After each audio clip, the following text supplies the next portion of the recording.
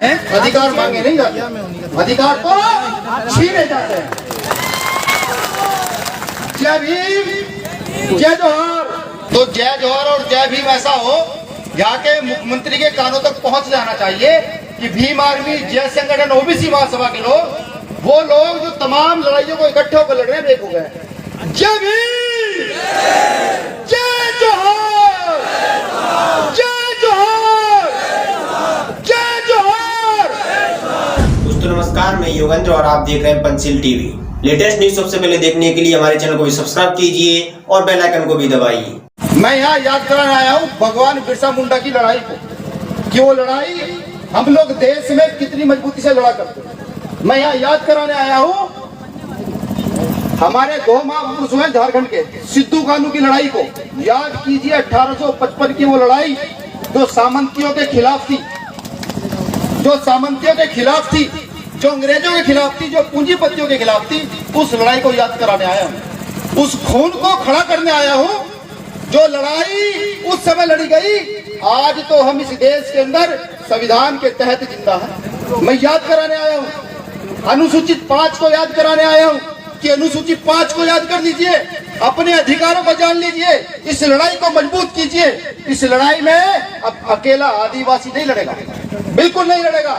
आदिवासी समाज ने इस देश की जल जंगल जमीन को खोदकर बिल्डिंगें खड़ी कर दी है, यहाँ की प्रकृति को सुरक्षित रखा है, यहाँ की सांस लेने वाली हवा को सुरक्षित रखा है। अब इस लड़ाई को इस देश का बहुजन समाज मिलकर लड़ेगा। इसमें दलित पहले नंबर पर खड़ा होगा, ओबीसी सबसे पहले नंबर पर खड़ा होगा।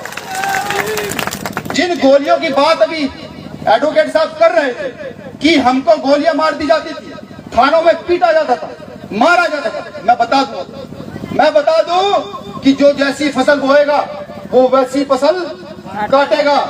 हम भीम आर्मी के लोग ईंट का जवाब पत्थर से देना जानते हैं। अगर हमें कोई चीज रोक कर रखती है, इस देश में कुछ हमें रोक कर रखता है, तो वो है ये 5000 गुलामी की बात। ये एक आजादी का सबब मिला जिसका नाम भारतीय संविधान है, जो डॉक्टर बाबा साहब अम्बेडकर ने लिखा है। मेरा बताने का तात्पर्य सिर्फ इतना ही है कि अपने आप को संवैधानिक मजबूत कीजिए, अपने बच्चों को एजुकेटेड कीजिए, फिर देखते हैं ये हमारी जमीनों में कैसे घुसेंगे। हम देखते हैं इनको, फिर ये भी देखेंगे कि हम लोगों को गोलियां कैसे मारेंगे। मैं और कुछ नामों को आपको याद करा देना चाहता हूँ। वो नाम है जिन्होंने भारत की सरजमी पे बड़े बड़े सूरमाओं का सहयोग किया है। वो मेरे समाज के लोगों में नाम याद करा दूं, टांटिया मामा जी, सब लोगों को पता, वो जानते होंगे, पढ़ते भी होंगे। उनको पढ़िए, गुनिए और ताकत के साथ खड़े हो जाइए। इस देश में लोकतंत्र है, इस देश में किसी की बाप की सत्ता नहीं है, इस देश के अंदर लोकतंत्र है। एक वीर राणा पूंजा जी का नाम भी सुना होगा। वीर राणा पूंजा जी याद है, भूल गए? कितने लोगों को याद है? उन्हीं का खून है ना हमारे अंदर, उन्हीं का खून है, नहीं है? तो लड़ने की ताकत भी तो उन्हीं की जैसी है, नहीं है? बिल्कुल है। पढ़े लिखे लोग संविधान की लड़ाई कोर्ट में लड़ेंगे, हाई कोर्ट, सुप्रीम कोर्ट में लड़ेंगे। और हम जैसे आंदोलन करने वाले लोग, वो जो साथी मेरे बैठे हुए आंदोलन करने वाले लोग, वो भारत की सड़कों पर निकलकर इस लड़ाई को मजबूत करेंगे, बिल्कुल मजबूत करेंगे। मैं चेतावनी भी दे दूं उन लोगों को कि जो आप हमारी जमीन अपने अंदर करना चाहते हैं, पूंजीपतियों को अधिग्रहित कर देना चाहते हैं, जब तक उसका सही मुआवजा यहाँ के आदिवासी समाज को नहीं मिल जाता, जो इनकी मांग है, इनकी नौकरियों में तो प्रतिनिधित्व नहीं मिल जाता, तब तक ये आंदोलन सिर्फ यहाँ से चलेगा, रतलाम से चलेगा। इस आंदोलन को पूरे देश में ले जाने की जिम्मेदारी अब नीले पड़ने वालों भीम आर्मी के लोगों की रह जाती है। इस लड़ाई को इतना मजबूत करेंगे कि अभी छत्तीसगढ़ के अंदर जब हमारे साथियों को गोली मारी गई, भीम आर्मी की टीम वहां पहुंची, भीम आर्मी की टीम को मिलने नहीं दिया गया। क्यों? कारण क्या था? जब कारण समझ में आया था, कारण ये था कि ये पीले और नीले पड़ने वाले अगर मिल गए तो अब इस देश के अंदर राजनीतिक, सामाजिक और आर्थिक सत्ता ये अपने हाथ में रखने का दम रखते। तो वही याद कराने आया हूं कि अब इस देश की व्यवस्था को बदलने का समय आ गया है। अब गोली खाने का समय नहीं है, अब इन गोली मारने वालों को जेल में डालने का समय आ चुका है। अब वो समय जा चुका जब ये हमारी बेटियों के साथ दुराचार करते थे, वो समय जा चुका जब ये हमारी जमीनों को कब्जा लिया करते थे, वो समय जा चुका जब इनकी मनमानी चला करती थी। अब लेटेस्ट जमाना है, आधुनिकीकरण का युग। सोशल मीडिया पर एक पोस्ट, सोशल मीडिया पर एक वीडियो पूरे देश में 10 मिनट के अंदर अंदर पहुंच जाता है।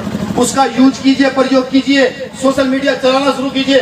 जब भी लगे कि पुलिस प्रशासन या सरकार अन्याय अत्याचार कर रही है, तभी भारत के तमाम उन संगठनों के नाम मैसेज छोड़िए जो अपने आप को ये कहते हैं नहीं हम इस देश की जल जंगल जमीन की हिस्सेदारी मांगते हैं। बिल्कुल छोड़िए, तमाम संगठनों पर खड़ा होना पड़ेगा।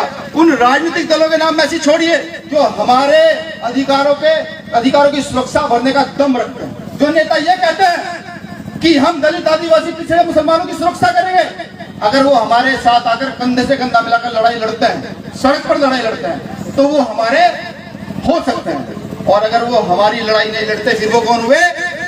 वो हमारे समाज के गद्दार होंगे। वो हमारी गली मोहल्ले और गांव में घुस नहीं पाएंगे। ये समझ लीजिए। आपका छोटा भाई तो सिर्फ एक वादा कर सकता है कि जब जब मरने के लिए बुलाओगे तब तक भीम आर्मी की टीम मरने के लिए आपके बीच आए। और एक वादा और करूंगा, भीम आर्मी के लोगों को मारना इतना आसान काम नहीं है, पूरे देश में आसान काम नहीं है। सरकारें पीछे पड़ी हैं, जेलों में डाला है, कई कई साल जेल ले चुके हैं, मार नहीं पाए साथी, बिल्कुल नहीं मार पाए, बिल्कुल नहीं मार पाए। अच्छा एक मिनट, माफी चाहूंगा, मैं कभी समय से ज्यादा बोलता नहीं। मैंने ये वादा किया है, भीम आर्मी के लोग पूरे देश में वादे के पक्के हैं। जब जब बुलाओगे तब तब आएंगे।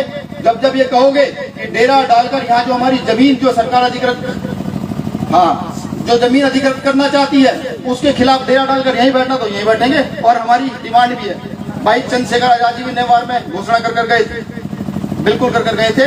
पूरी जिम्मेदारी से मैं भी ये घोषणा करता हूँ कि अगर हम ताकतवर हुए, आगे की ओर बढ़े और तमाम दलित और आदिवासियों से लेटर निकल कर जो जाएंगे, एक बार इस प्रदेश की सत्ता जो है यहाँ के मूल निवासियों के हाथ में दी जाएगी, यहाँ के आदिवासी समाज के हाथ में दी जाएगी।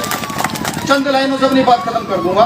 साथियों, हम तो फकीरी मिजाज रखते हैं, अपनी ठोकरों में ताज रखते हैं। साथियों, हम तो फकीरी मिजाज रखते हैं, अपनी ठोकरों में ताज रखते हैं। कल की परवाह बाबा साहब को मानने वाले लोग नहीं रखते दोस्तों। बाबा साहब को मानने वाले लोग तो अपनी मुट्ठी में रखते हैं, अपनी मुट्ठी में रखते हैं।